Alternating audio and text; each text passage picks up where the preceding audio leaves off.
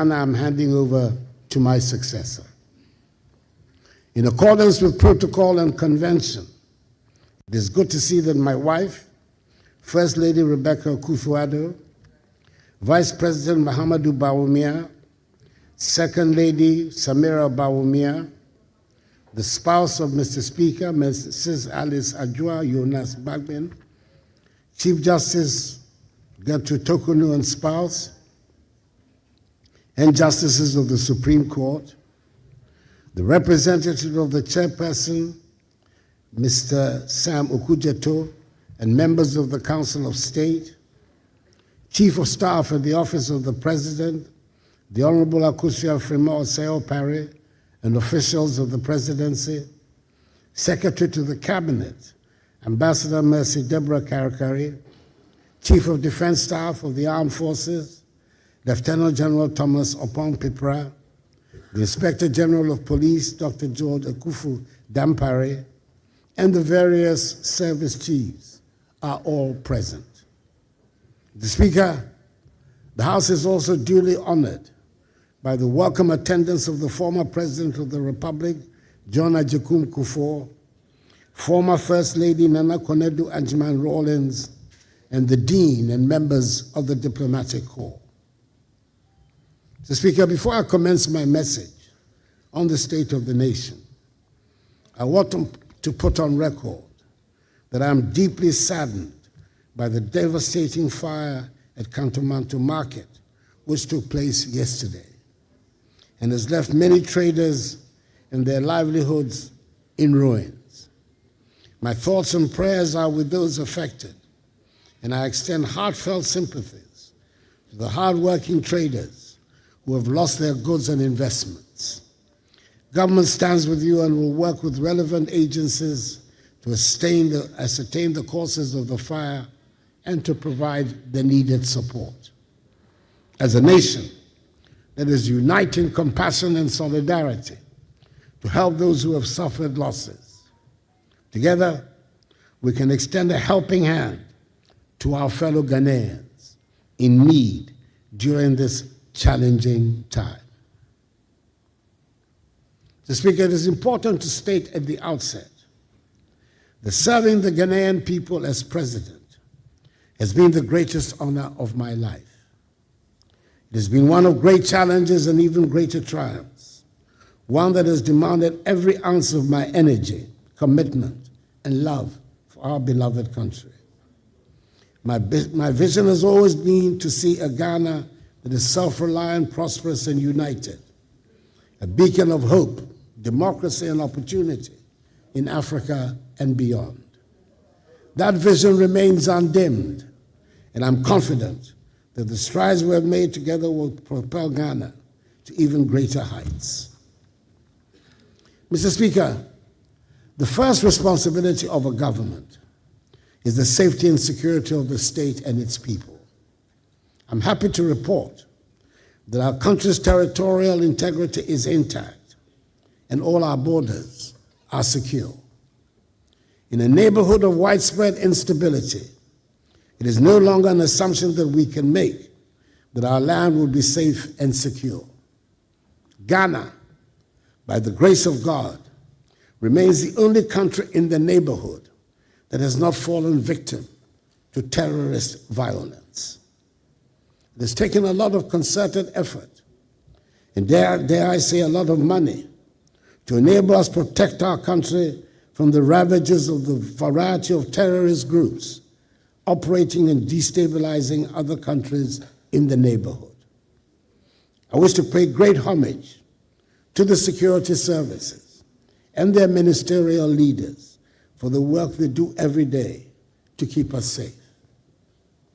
Mr. Speaker, it gives me no great pleasure to state that an important and integral part of the fabric of our society and the hallmark of our traditions, chieftaincy, continues to be a source of insecurity and destabilization.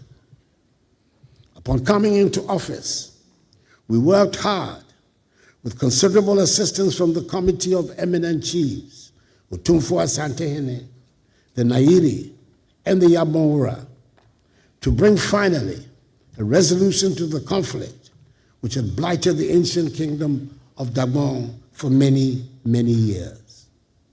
Bringing peace to Gabon remains one of the high watermarks of my time in office, and I had been so looking forward to counting it with pride as the top of the list in resolving chieftaincy disputes and conflicts. Unfortunately, the sad situation in Boko must necessarily dampen any enthusiasm about the resolution of chieftaincy problems elsewhere. It is a matter of great regret and distress to me personally that in spite of our best efforts, the Boko conflict remains unresolved. Boko is unhappily not the only area of chieftaincy conflict. In judging from the experience of other parts of the country, I will have to mark chieftaincy as a growing source of insecurity that will continue to require a lot of attention. It is clear that part of that process is the need to strengthen the capacities of the Ministry of Chieftaincy and Religious Affairs and the Peace Council, the two frontline institutions responsible for dealing with chieftaincy and other disputes. Mr. Speaker, in my inaugural speech at my swearing in my first term on 7th January 2017, and early on in that term, I made a public commitment to tackle galamsey, the phenomenon that had been ravaging our environment and destroying our lands and water bodies in the pursuit of mining our gold. I knew and was very much aware that fighting galamsey was not a universally popular position for a president to take, but I felt strongly enough about the need to protect our environment to say I was prepared to put my presidency on the line in the defense of our lands and water bodies. And indeed, Mr. Speaker, the fight against galamsey led directly to the loss by my party of several parliamentary seats in the 2020 elections, and to the makeup of this 8th Parliament, which affected the implementation of my policy agenda and impacted the second term of my presidency. I welcome the many loud converts to the fight against galamsey that suddenly appeared in the run-up to the 2024 elections. And I pray that more and more of us get to embrace the need for the protection of our lands and water bodies.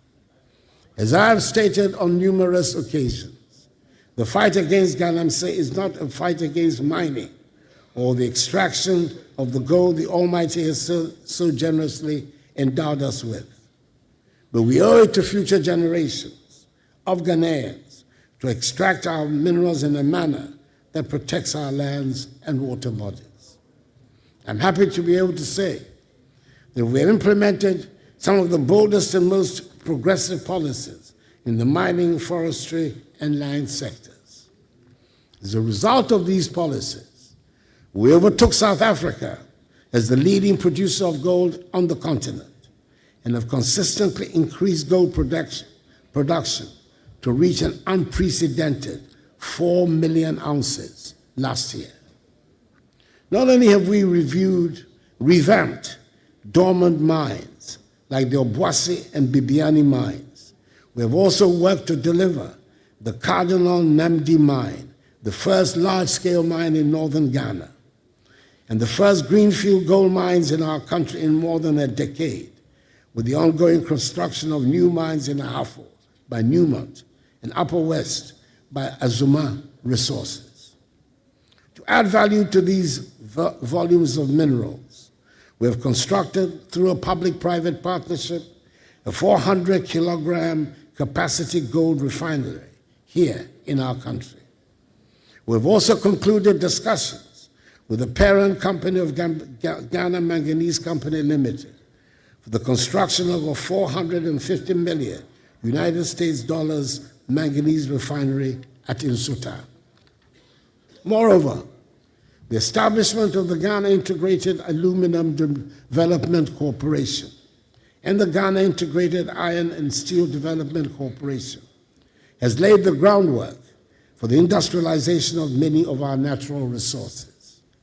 These entities are expected to generate significant revenue, create jobs, and enhance the value addition of our natural wealth.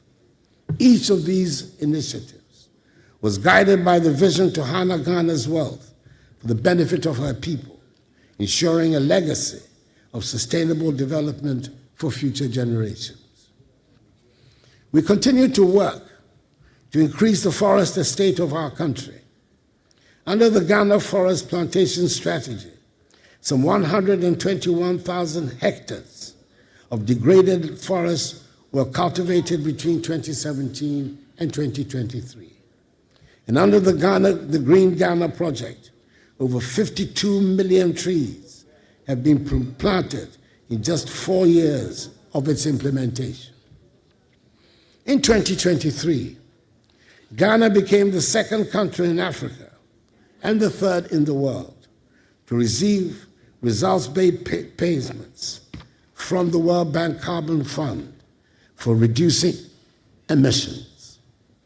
Under the Ghana Cocoa Red Plus program, we have also completed all the necessary steps under the Voluntary Partnership Agreement with the European Union. And effective June this year, Ghana will become the first African country and the second globally to issue forest law enforcement, government, and trade licenses. Mr. Speaker, if arguments still rage over what there is to show for the fight against galamsey and the effects of irresponsible mining, there can be no such arguments about the introduction of the free SHS and free TVET programs. Another policy that did not have universal approval when I sought to introduce it on coming into office.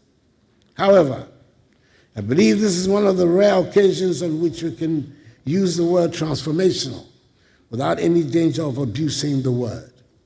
We have transformed education, and there can never be a reversal, of the fact that some 5.7 million young people have gained access to secondary education who would otherwise not have had the opportunity, but for free SHS and free TVET. Indeed, my administration has also prioritized technical and vocational education and training, TVET, establishing 34 new TVET institutions and upgrading 62 existing ones to equip our youth with 21st century skills. Mr. Speaker, I'm proud that we were brave enough to have started the free SHS policy at the beginning of my first term and resisted the calls for a gradual introduction. I'm glad that we've removed from the Ghanaian mindset the belief that secondary school education is only for people from certain households and families.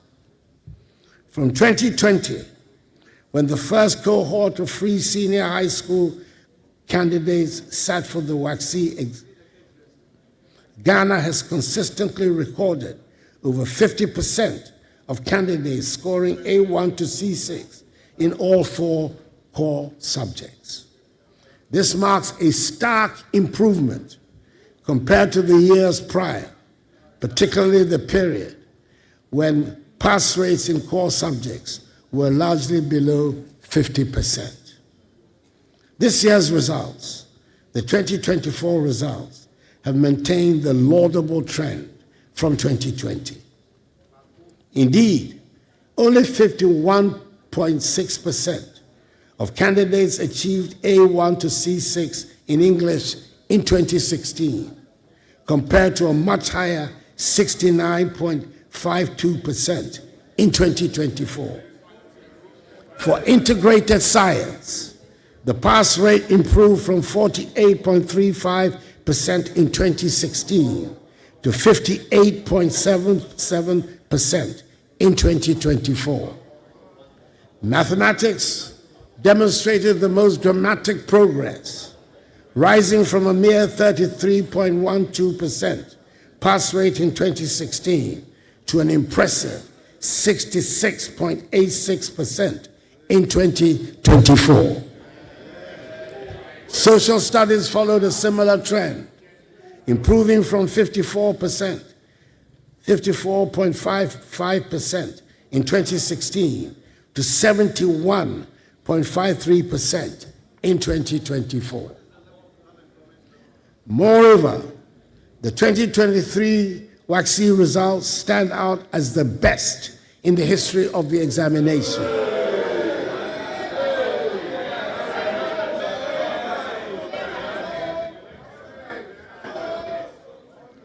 No amount of shouts will displace data.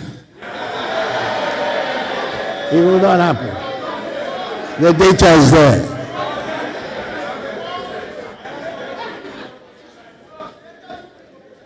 As the best in the history of the examination, with record-breaking performances across all core subjects. It is obvious then that our reforms have not only expanded access, but have also enhanced the quality of education. I am glad that we have elevated TVET and STEM to where they properly belong, and that they will no longer be seen as the option for those who cannot make the top grade. We have embarked on the development of 20 STEM centers and 10 model STEM senior high schools across the nation, and also constructed 186 new science laboratories nationwide. The other day, I commissioned the Accra STEM Academy, which is destined to play a key role in the future of STEM education in our country. These institutions are designed to provide hands-on learning experiences with cutting-edge facilities. From coding to robotics, our students are being prepared for the demands of the 21st century. It has not been without challenges, but the results are evident. I'm delighted with the infrastructure transformation that has taken place on our school and university campuses. This was displayed in a dramatic fashion a few weeks ago when the Ministry of Education staged the simultaneous commissioning of 80 new educational facilities across the nation. I do not suggest that we have finished what we set out to do, but we have certainly established what a kindergarten is supposed to be like. We've established what a primary school should be like. We've set standards for what constitutes a JHS. Science laboratories are now integral parts of junior and senior high schools, and computer tablets are available for all school children. Mr. Speaker, now we know and accept that a public school building can be painted in beautiful and attractive colors. Mr. Speaker, we have aimed to make the learning and teaching atmosphere a happy one for all school children and their teachers. We spend a lot of resources on education in the past 8 years, and I'm persuaded that it is money well spent, and the long-lasting benefits for our society will provide the justification for the expenditure.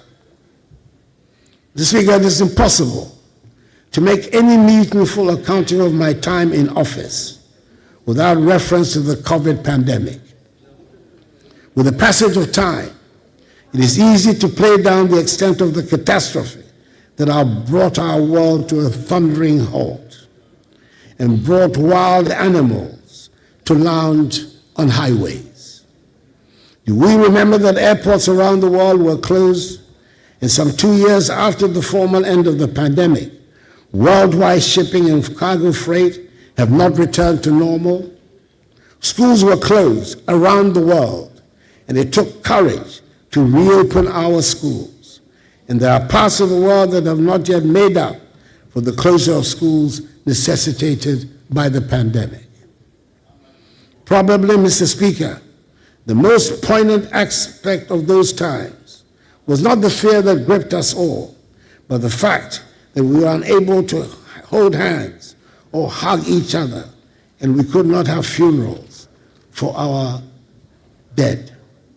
It is worth emphasizing the point that with the help of the Ghanaian people and the guidance of the Almighty, we managed the pandemic in our country to the admiration of the whole world. Indeed, during the COVID-19 pandemic, Ghana emerged as a leader in Africa, managing the crisis with a balanced approach that prioritized lives and livelihoods. We were among the first countries on the continent to secure vaccines and roll out a comprehensive vaccination program. The establishment of our own vaccine manufacturing facility under the supervision of the National Vaccine Institute, a body created by Act of Parliament in collaboration with international partners, is a testament to our resolve to build resilience in our healthcare system. In the spirit of transparency and accountability, a parliamentary audit was conducted on the accounts relating to COVID-19 expenditures, reflecting my government's attachment to accountability and the effective stewardship of public resources during a time of crisis. However, the consequences of the COVID-19 upheavals on all aspects of our lives have gone way beyond what anyone could have imagined, and we're still dealing with the effects on the economy. But let me first deal briefly with the effects on the health sector. This pandemic showed up some of the alarming shortcomings of our health delivery system, and we've strived to seek remedies to ensure that we're reasonably prepared to meet the next emergencies. The most important intervention is the Agenda 111 project we have embarked upon that aims to place a hospital in every district. Out of the 101 district hospitals and 2 psychiatric hospitals on the project list, there are 99 district and 2 psychiatric hospitals where contractors are deployed and work is in progress. I'd hoped that construction would be completed on all of them, but that, alas, was not to be. I'm pleased to report that on December 5th, I had the utmost pleasure to commission 3 of the district hospitals. Progress of works on the other 98 active sites range from 5% for sites whose work commenced recently to 95% at other sites. I'm hoping that the incoming Mahama administration will ensure that the project is completed to put our health infrastructure on a sound footing. Furthermore, we launched the National Ambulance Services Revitalization Program, increasing the number of ambulances from 55 barely functioning ambulances to over 300, ensuring timely emergency response and saving countless lives. The strides in healthcare reflect our collective commitment to build a system that prioritizes the dignity, health, and well-being of every Ghanaian. Furthermore, we've revived the National Health Insurance Scheme, which at one point before I came into office appeared to be reverting to the days of cash and carry. The number of subscribers has risen from 10.6 million in 2016 to 17.9 million at the end of 2023. With the renewal of subscriptions being facilitated by a tap on the mobile phone, and the scope of the scheme being broadened to include treatment for sickle cell disease, kidney dialysis, and childhood cancers. Mr. Speaker, our economy took a bigger hit from the COVID-19 pandemic and ensuing consequences than had been anticipated. And in 2021 and 2022, we were in unaccustomed trouble. Our economy, which in my first term had been widely acknowledged to have performed creditably, marked by the longest period of single-digit inflation, 7% average GDP real growth rate, and strong external balances was on its knees. The government's difficulties in Parliament, with the slimmest of majorities, gave the impetus to the international rating agencies to trash us on their assumption that we would struggle to get financial policy measures passed through the legislature. We faced the problems we encountered with equanimity, took a deep breath, and decided to apply for an IMF-supported program, dubbed Post-COVID-19 Program for Economic Growth, PCPEG, in the middle of 2023. The implementation of the program so far has gone well, even as it has been challenging. We have passed successfully through 3 successive reviews of program implementation by the IMF board, with the most recent review approved on 2nd December 2024, leading to the disbursement of $360 million United States dollars. The fund has therefore disbursed a cumulative $1.9 billion United States dollars to date. At the moment, I'm able to say with confidence that the crisis is over, that the economy has recovered strongly and faster than projected.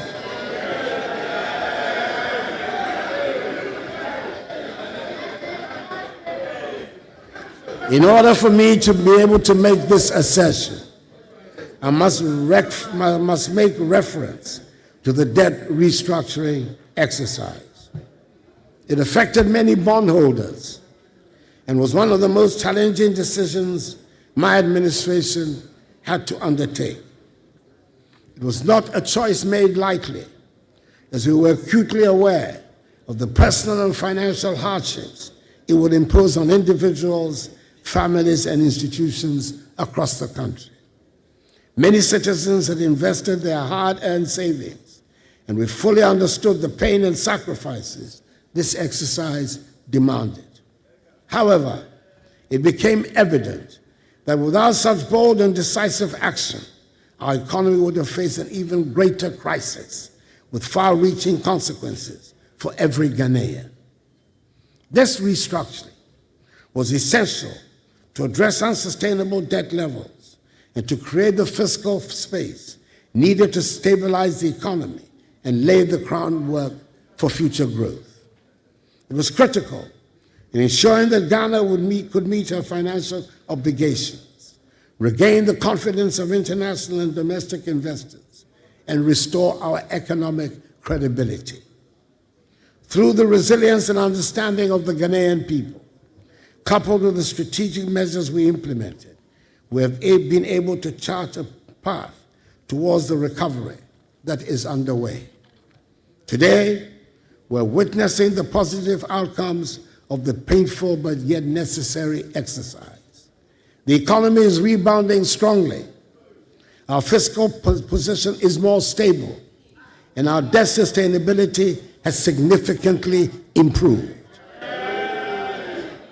These developments have provided a solid foundation for sustained growth and development, ensuring that the sacrifices made by bondholders and other stakeholders will not be in vain, but rather the basis of Ghana's economic revival.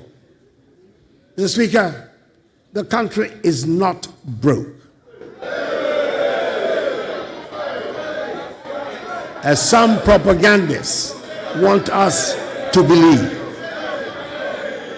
We're handing over the country with gross international reserves of almost 8 billion United States dollars.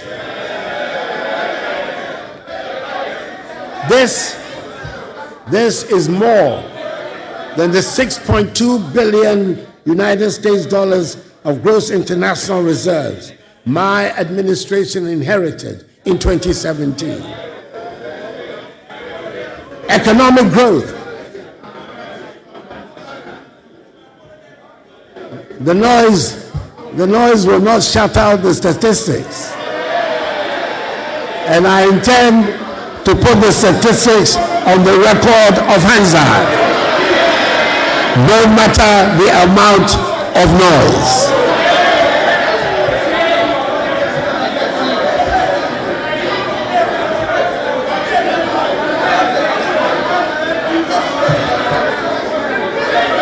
Mr. Speaker,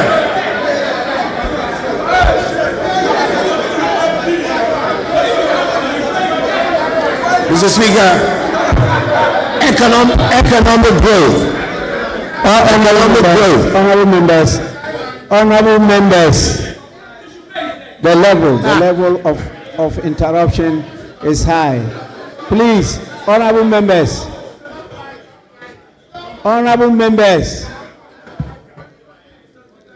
His Excellency the President is not out of order.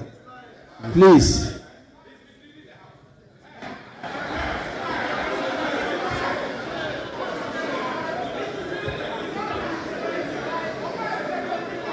Honorable members, your statistics might be different from his, but that doesn't mean he's misleading the House. He is in order. Please, Your Excellency, continue. The statistics cannot be different. There's only one set of statistics that there is. It cannot be different. There's only one set of statistics. Truth is indivisible. Truth is indivisible. Is one and one only. Your Excellency, thank you very much. As an accomplished member of Parliament, you are out of order. Thank you, Mr. Speaker. Economic growth has also returned to the pre-COVID trajectory, with an impressive growth rate rising from 4.8% in the first quarter of 2024, 7% in the second quarter, and 7.2% in the third quarter. It is projected that this year's growth rate will be 6.3%, significantly higher than the 3.4% my administration inherited in 2017. The growth of the economy is further reflected in the growth of private sector credit. Private sector credit in nominal terms grew by 28.87% in October 2024, compared to the negative 7.5% growth recorded in the same comparative period of 2023. In real terms, growth in credit to the private sector improved to 5.5% compared to a contraction of 31.6% recorded in October 2023. It is further reinforced by improved external balances, with the current account balancing improving significantly to a surplus of 2.6% of GDP in the first 9 months of the year, compared to a deficit of 6.6% of GDP in 2016.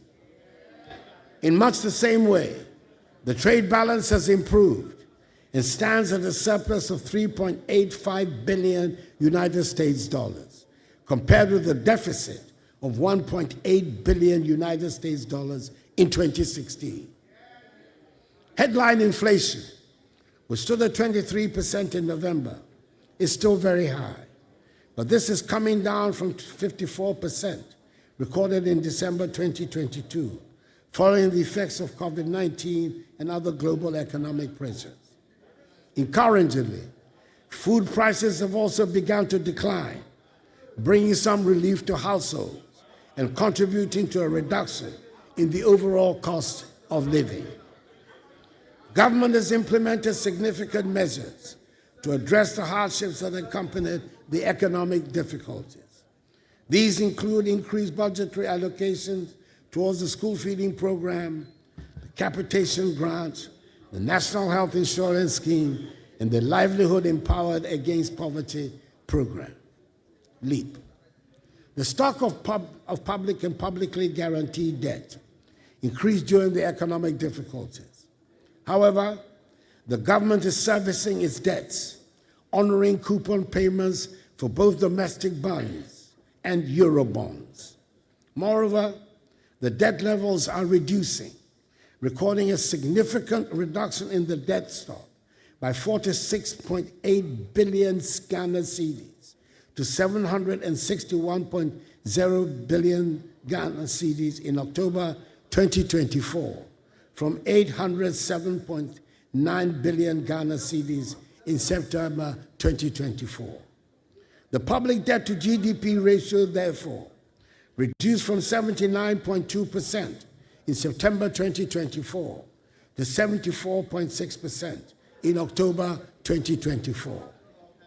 This is expected to reduce further to 55% of GDP in net present value terms, a level that restores Ghana's debt sustainability.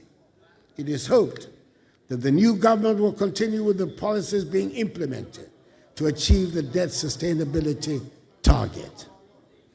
I'm happy to inform the House that today, 3rd January 2025, my government will honor coupon payments to our Eurobond holders amounting to $346 million United States dollars. We cannot afford to default on our debt repayments. That's advice that I want to give to the incoming finance minister. These achievements demonstrate our firm commitment to the policies, structural reforms, and program objectives and targets under the program. Let me at this juncture state unequivocally that the banking sector cleanup undertaken by my administration was an act of necessity, not of vendetta. It was a bold and decisive intervention to safeguard the strength and integrity of Ghana's financial system. The illegalities and irregularities perpetuated by the affected banks and financial institutions are well documented and indisputable.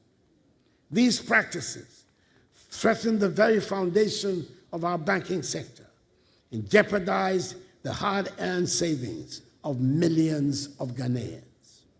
Our actions ensure that not a single depositor lost their money, an unprecedented achievement in financial crisis management. Today, the results are there for all to see. A more robust, stable, and resilient banking sector capable of driving economic growth and supporting the aspirations of our people. It was a necessary decision to restore public confidence and secure the future of Ghana's financial sector. Mr. Speaker, my government recognized at the very outset that the fight against corruption required more than rhetoric. It demanded systemic, sustained, and strategic action. To this end, my government initiated a holistic program of legislative, administrative, financial, and technological reforms. Indeed, one of my most satisfactory moments as president was when we established the Office of the Special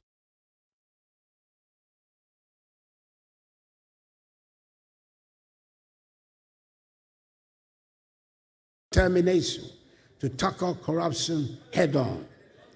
I wanted Ghanaians to know that no one, no matter their rank or status, would be above the law.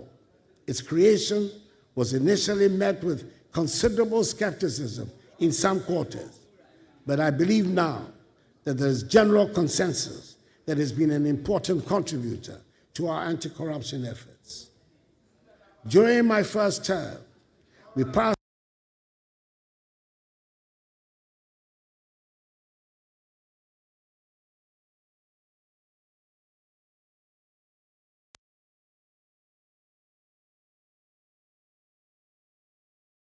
(2020) and elevated corruption from a misdemeanor to a felony, with harsher penalties of 12 to 25 years of imprisonment. We also enacted key laws such as the Fiscal Responsibility Act, the Revenue Administration Amendment Act, and the Anti-Money Laundering Act, all of which have strengthened our institutional framework to combat corruption and ensure accountability. We ensured that all allegations of corruption leveled against appointees were duly investigated by independent institutions of state, which generally dismiss them as unfounded. Budgetary support for accountability institutions has also witnessed unprecedented increases.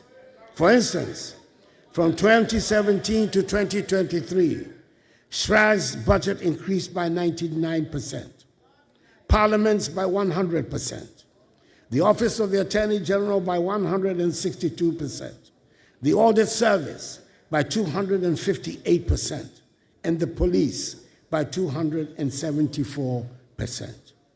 These investments reflect my administration's commitment to empowering these institutions to discharge their mandates effectively, which means that the tools needed to exact accountability from all public office holders, including those of my own government, have been considerably sharpened. The application of these tools, whilst respecting as it should due process and the rule of law, however, should pose no problem, no fears for any honest public office holder. I remember the early days of these reforms when skepticism abounded. People asked, will this really make a difference? Today, the numbers speak for themselves. The Auditor General's report for 2023 showed a reduction of 5.2 billion cedis in financial irregularities, a 32% drop from the previous year. You're not listening to me. You're not listening to me. I've just explained to you. From the previous year, I just said so. Listen, open your ears and listen to me. Mr. Speaker,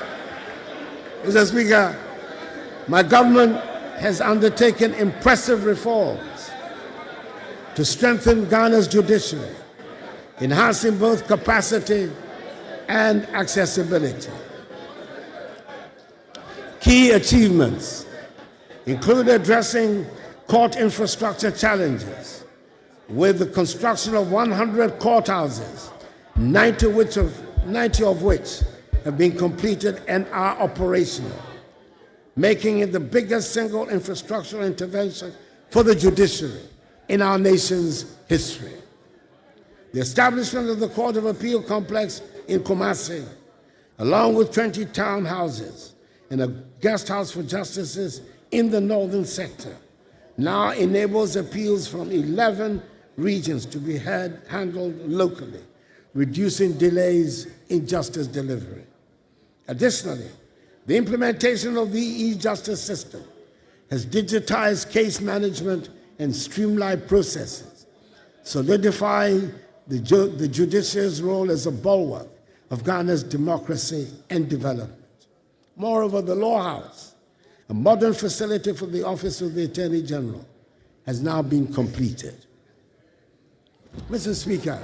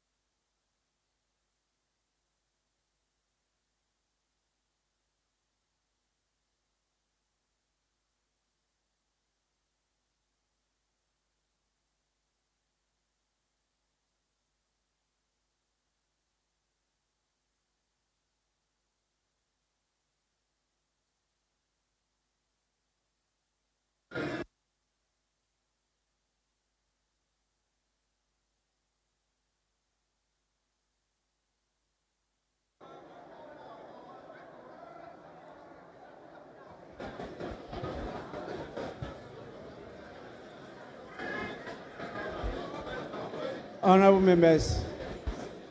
members, please.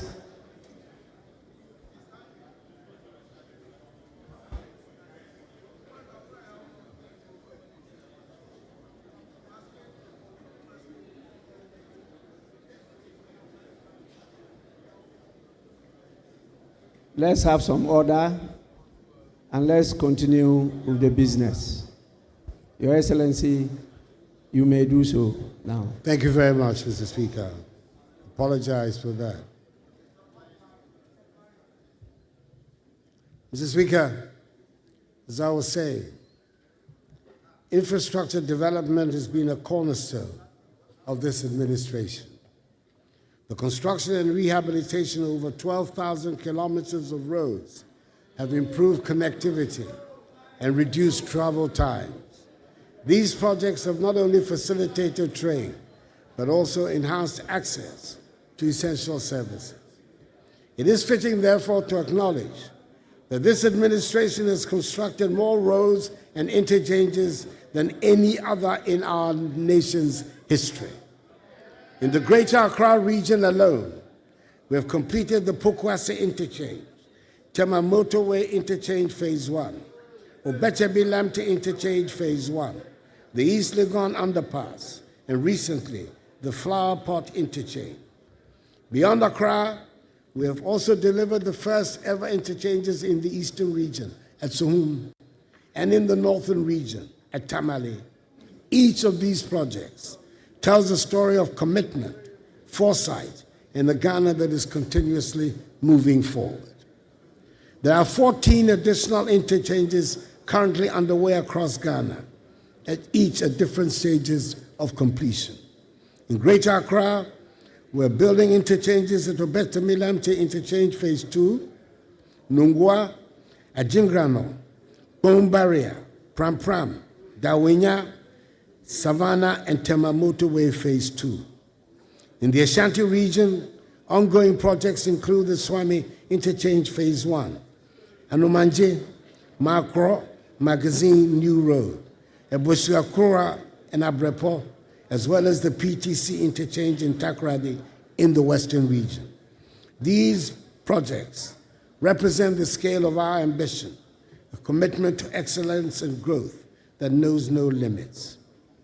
Mr. Speaker, in aviation, we have expanded airports, including the construction of the Yakubu Tali International Airport in Tamale, the Prempeh I International Airport in Kumasi, the rehabilitation of the Sunyani Airport in Sunyani, and the completion of the Ho Airport in Ho.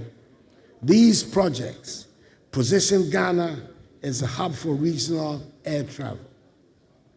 Mr. Speaker, over the past 7 years, we have revitalized Ghana's railway sector, undertaking key projects to modernize and expand the network. Notable achievements include the rehabilitation of the 66-kilometer narrow-gauge Western Line from Kojokrom to Takwa, the construction of a 22-kilometer standard-gauge line between Kojokrom and Manso, and securing funding to extend the Western Line from Manso to Huni Valley, connecting to the port of Takoradi. Additionally, a 6-kilometer standard-gauge line in Kumasi is underway, and the Tema Mpakadan line has been completed. Progress of the Ghana-Burkina Faso Railway Project further underscores efforts to enhance regional trade and integration. Mr. Speaker, we have made some good strides in improving the housing sector. Over the period, we built 1,070 affordable houses and broke ground for an additional 800 in the Greater Accra region. We've also established the National Home Ownership Fund, which is delivering 534 homes in Tema Community 22. We delivered the 1,000 homes to the security services and are delivering 600 homes for public servants through the Bungalow Redevelopment Program. Mr. Speaker, the transport sector has also seen the deployment of electric buses in major cities, reducing carbon emissions and aligning with our climate change commitments. These advancements signal Ghana's commitment to building a sustainable transport infrastructure for the future. Behind every completed road and bridge is the story of lives transformed, farmers reaching markets, students accessing schools, and families connected. Mr. Speaker, my government has prioritized the modernization of Ghana's maritime infrastructure, with the Takoradi Harbor standing as a shining example of this commitment. The port has been transformed into a world-class facility, enhancing its capacity to meet the demands of modern trade and of the oil and gas industry.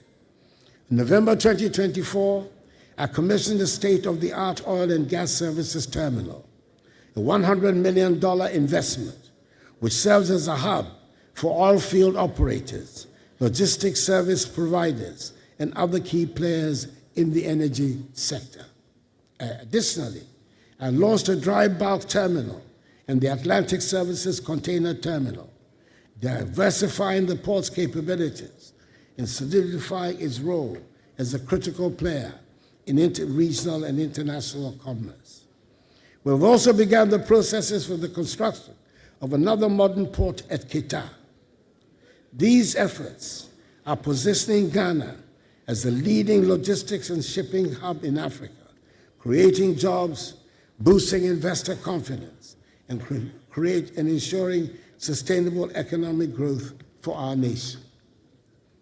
Mr. Speaker, agriculture remains the backbone of our economy, and our investments in this sector have been transformative.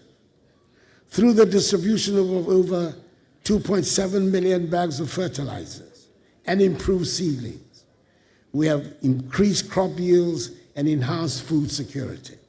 For example, maize production increased by 110%, rice by 48%, and soybean by 150% between 2017 and 2023. The establishment of 140 agricultural mechanization centers and the rehabilitation of irrigation schemes have modernized farming practices and reduced dependence on rain-fed agriculture.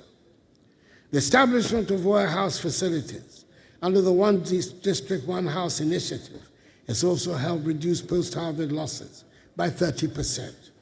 The net effect of these policies is that our agricultural GDP growth rate rose significantly from 2.7% in 2016 to an average of 5.7% in 2023. Our cocoa sector has also witnessed remarkable improvements, with productivity increasing from an average of 450 kilograms per hectare to 800 kilograms per hectare, making Ghana a leader in sustainable cocoa production. The living income differential policy, a policy agreed to by President Alassane Ouattara of Côte d'Ivoire and myself, under the aegis of the Strategic Partnership Agreement between our two countries, which is a fixed premium of 400 United States dollars per ton, added to the selling price of cocoa beans, irrespective of fluctuations in market prices, ensure that our hard-working cocoa farmers receive a fairer share of the global value chain, indeed, receiving the highest prices in the history of the cocoa industry in Ghana. We were told by the minority leader on the campaign trail and in the presence of the now president-elect that my successor will increase the price per bag of cocoa from the current 3,100 cedis to 6,000 cedis.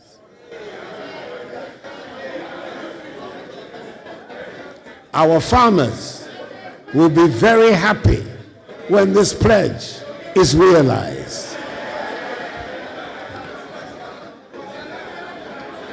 In the fisheries sector, Mr. Speaker, the construction of 12 landing sites and cold storage facilities across the coastal regions, along with the commissioning of the Jamestown Fishing Harbor and the Almina Fishing Harbor, has improved livelihoods and reduced post-harvest losses.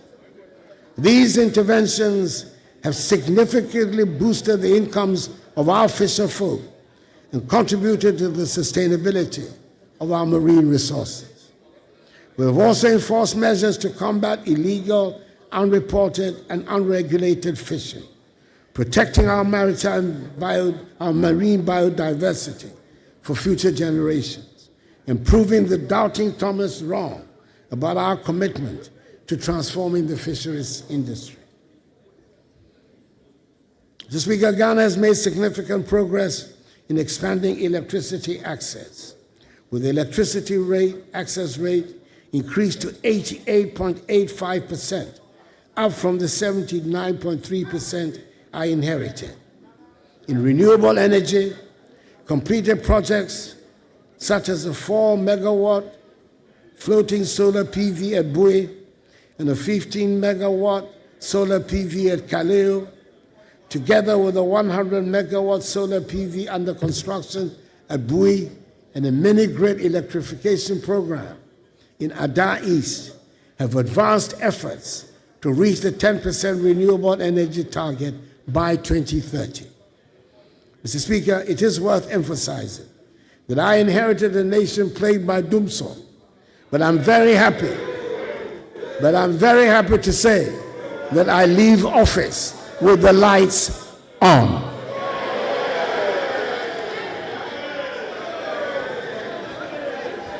This achievement did not come without its challenges. When my administration assumed office, we inherited an energy sector legacy debt of $2.5 billion United States dollars. The Energy Sector Recovery Program, developed by government and the World Bank, projected that this debt would balloon to a staggering $12.5 billion United States dollars within 5 years if no decisive actions were taken. We knew that such a scenario would cripple the sector, undermine investor confidence, and plunge the nation back into darkness. Mr. Speaker, we got to work immediately. Through tough negotiations with independent power producers, prudent financial management, and targeted interventions, we've been able to stabilize the sector while keeping the lights on. I'm pleased to report that we've kept the energy sector legacy debt to $2.5 billion, the same level we inherited, and have averted the $12.5 billion debt scenario, despite the rising cost of energy production and the global economic challenges that have unfolded during my tenure. The energy sector has been truly transformed, and I'm leaving office confident that the foundations we have laid will serve this nation well for generations to come. Mr. Speaker, one of the most notable milestones of my administration has been the creation of 6 new regions: Western North, Ahafo, Bono East, Oti, Northeast, and Savannah.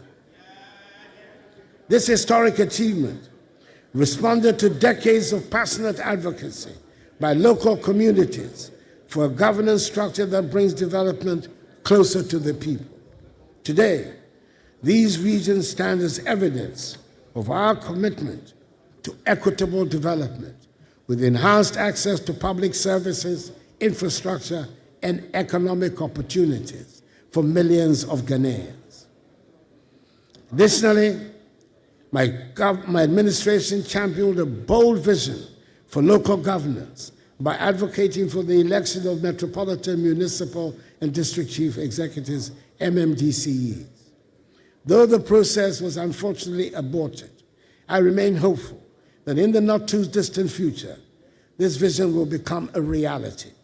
Such a reform would deepen democratic accountability and empower citizens to shape their local governance directly, ensuring that Ghana's democracy continues to grow stronger and more inclusive. Mr. Speaker, the youth are the heartbeat of our nation, and we have implemented programs to empower them, from the National Youth Authority reforms to sports infrastructure development. We've ensured that young Ghanaians have the tools and opportunities to thrive. The construction of some 150 AstroTurf pitches across the country and the rehabilitation of existing stadia have boosted Ghana's standing as a hub for international sports, including hosting successfully, despite all odds, the 2023 All-Africa Games. Creating an entrepreneurial climate has been a cornerstone of my administration's vision for empowering Ghana's youth. From the establishment of the National Entrepreneurship and Innovation Programs, NEIP, in 2017, with a $10 million United States dollar seed fund, to the transformative Greenhouse Estate Project and Entrepreneurship and Innovation Center in 2020. We have supported 15,000 startups, trained 250,000 young entrepreneurs, and created over 100,000 jobs. Initiatives being implemented by the Ghana Enterprises Agency, GEA, like the Ghana Economic Transformation Program, the Hubs Grant and Acceleration Program, CAP-BUS, U-START, and the Ghana Cares Obantapa Program, have further strengthened this vision, benefiting some 1.6 million Ghanaians and dispersing over 2 billion cedis in loans and grants. These efforts have sparked innovation, created jobs, and laid the foundation for a thriving entrepreneurial ecosystem, leaving a legacy of opportunity and growth. Mr. Speaker, in tourism, the year of return in 2019 and beyond the return initiatives attracted over 1.5 million visitors. These campaigns not only boosted our economy, but also strengthened ties with the African diaspora, positioning Ghana as a premier destination for cultural heritage and investment. The establishment of ecotourism sites and cultural heritage projects has further diversified our tourism offerings, attracting global attention. One of the significant undertakings in this sector has been the renovation of the Kwame Nkrumah Mausoleum. This celebrated site, dedicated to the memory of our first president, Kwame Nkrumah, has been transformed into a world-class facility that honors his legacy and attracts visitors from around the globe.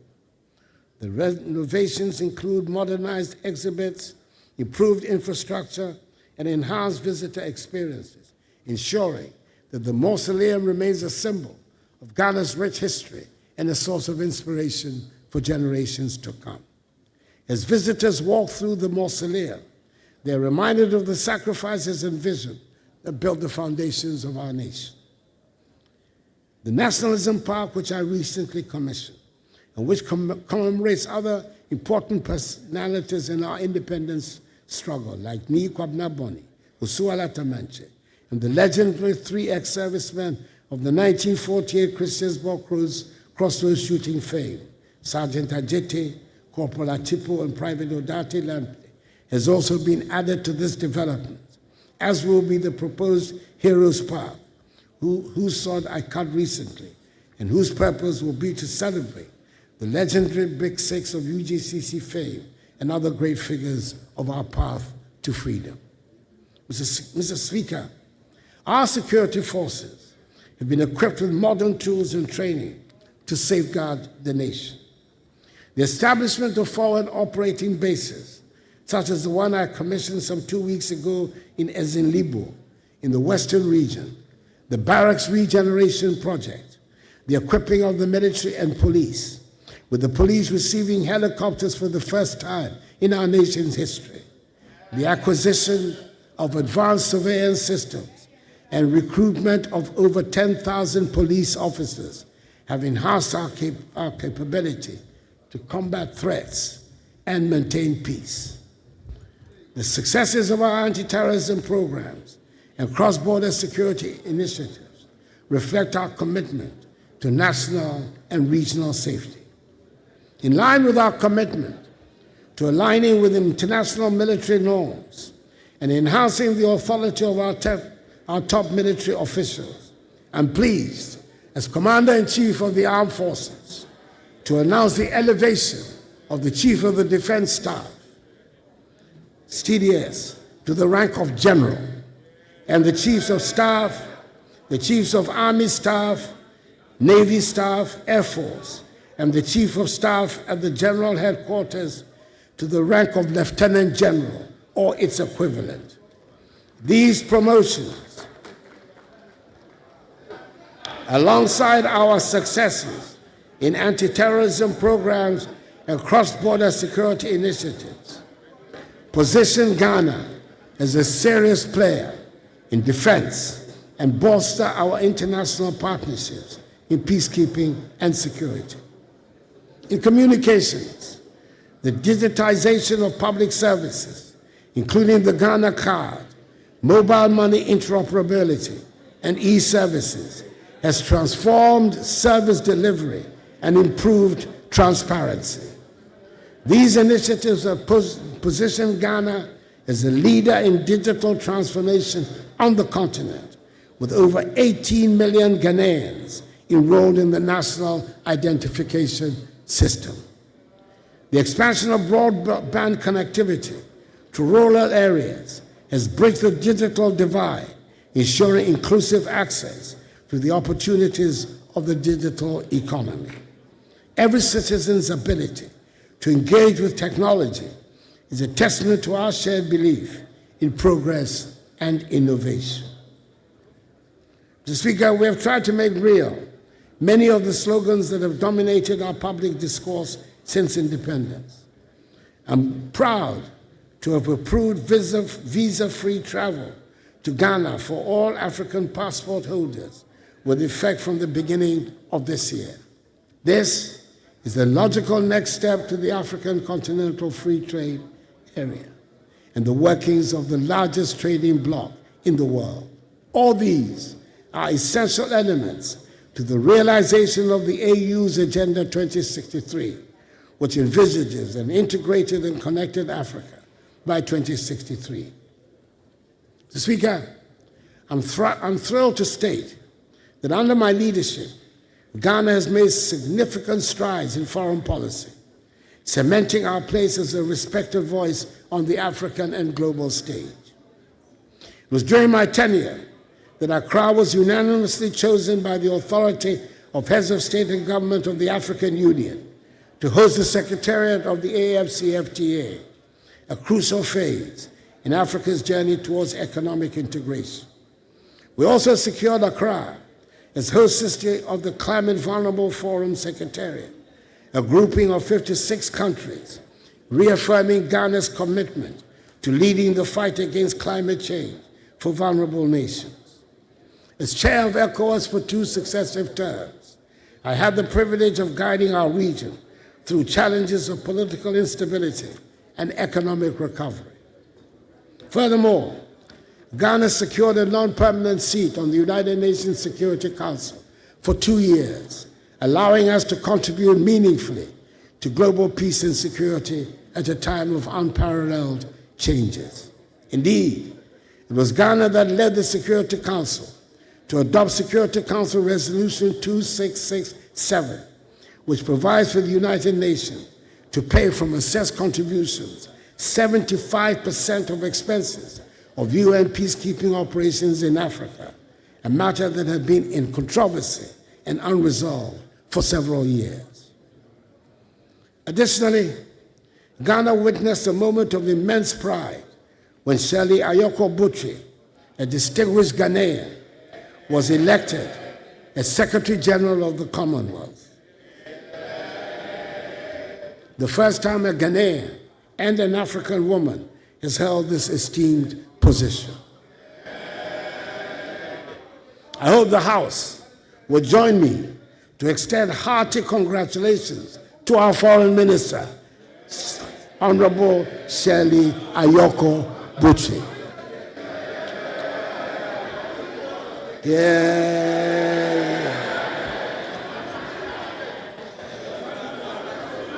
It is a prestigious position, and I'm sure she'll be a successful Secretary General and bring honor to Ghana. Another feather in the cap of Ghana's recent foreign policy has been the attainment this year of full membership of l'Organisation Internationale de la Francophonie, OIF, of which we have been an associate member for some 18 years. Our country, one of the few to be full members of both the Commonwealth of Nations and la Francophonie, has the opportunity to play a constructive role as a bridge between the Anglophone and Francophone worlds, particularly in Africa, enhancing our influence. These milestones reflect my administration's dedication to advancing Ghana's interests and strengthening our standing in the international community. Mr. Speaker, there is a subject that continues to attract a lot of public discussion, and that is the call by some for a review of the 1992 Constitution, under which we have operated in this Fourth Republic for the past 32 years. Mr. Speaker, there is no perfect constitution anywhere in the world. And with all its shortcomings, I would say that this constitution has served us well.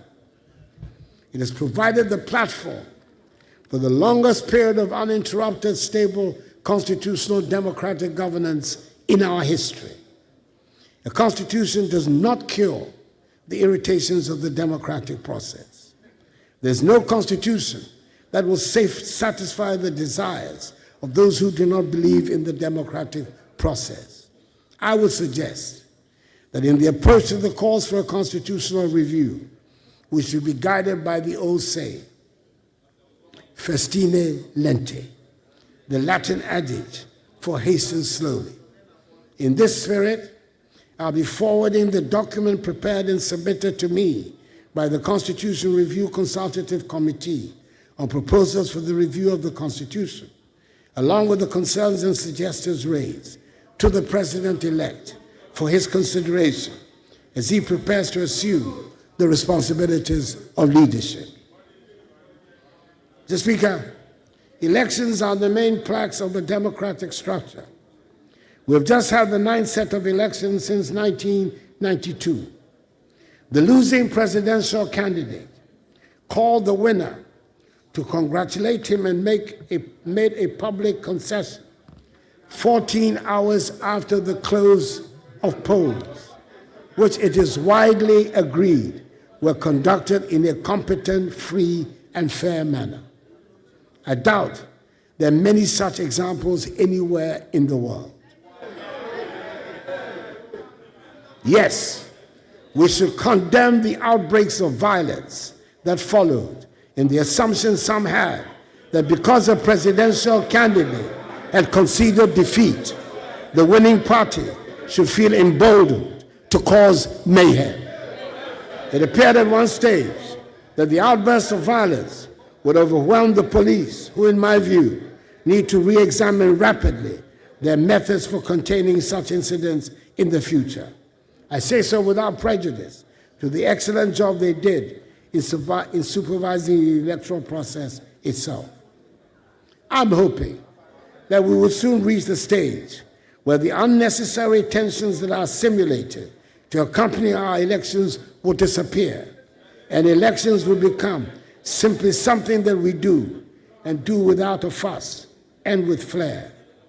The efficient, praiseworthy manner in which the Jean Mensa-led Electoral Commission has conducted the past two elections of 2020 and 2024, despite their challenges, is a significant contribution to this end.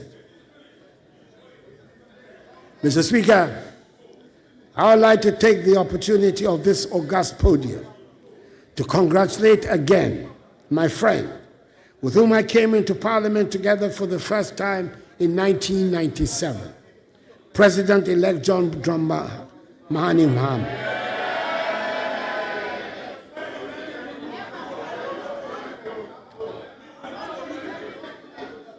On his historic comeback victory of 7th December 2022. Assure him of my support and that of all well-meaning Ghanaians, and wish him well in his second term as President of the Republic. And I take the opportunity also to congratulate Dr. Jane Nana Opoku-Agyeman, the Vice President-elect, the first woman to occupy that status in our history. Mr. Speaker, you and I have made history of a kind these past 4 years, and I must acknowledge the role you played in keeping steady the ship of state and the governance structures of our country. This was the first time the executive has to deal with not just a parliament with the slimmest of majorities, but with a speaker from the opposition party. Mr. Speaker, we found a way to accommodate each other, and the government functioned successfully. I thank you. Mr. Speaker, I would like to take this opportunity also to express my gratitude to the Council of State under the chairmanship of its highly respected traditional ruler, Nana Otuo-Siriboe II Dramini, for the great help it has given me in helping to steer the ship of state to a successful end. Nana and the members of the Council, I thank you very much for your invaluable counsel. Mr. Speaker, as I prepare to leave office on 7 January 2025, I do so with immense gratitude for the trust and confidence the people of Ghana has placed in me over the last 8 years. It has been the highest privilege of my life to serve as president of this great nation. I've done so with an unwavering commitment, boundless energy, and a deep love for Ghana, always guided by the belief that our nation's best years lie ahead. Together we have weathered storms, celebrated victories, and laid the foundation for a brighter, more prosperous future. Reflecting on this journey, I'm filled with pride for what we have accomplished, from the transformative policies in education and healthcare, to the strides in agriculture, digitalization, energy, governance, infrastructure, industry, and trade. These achievements are not mine alone. They also belong to every Ghanaian who has contributed to the collective effort of nation building. We've demonstrated that through unity, resilience, and determination, we can overcome even the greatest challenges. I'm confident that the progress we have made will inspire future generations to dream bigger, aim higher, and achieve more for our beloved Ghana. Mr. Speaker, as I take my final bow, I do so in the certain knowledge that our nation will go from strength to strength, and that freedom and justice has taken hold forever in our body politic. Mr. Speaker, I'm happy to hand over a Ghana that is safe, secure, united, and firmly rooted in her attachment to democratic principles and respect for the rule of law. A nation that continues to shine as a beacon of peace and stability in an often traveled Africa and an uncertain world. I leave behind a Ghana that is thriving, one that has navigated significant global challenges with remarkable tenacity, whose economy is steadily rebounding, and whose institutions are operating effectively. It's a Ghana where the youth are being empowered with opportunities to channel their energies into meaningful and productive endeavors, where the arts are beginning to flourish, and where the elderly can grow old in safety and dignity, and continue to make meaningful contributions to society. I leave behind, Mr. Speaker, a Ghana that is working. Mr. Speaker, honorable members, I thank you for your attention.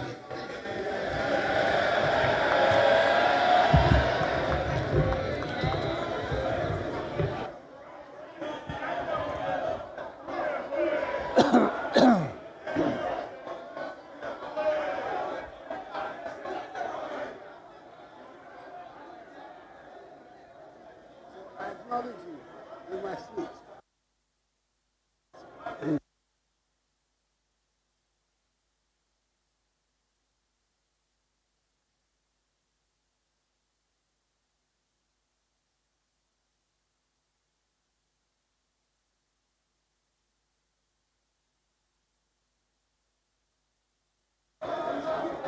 Where is the clerk?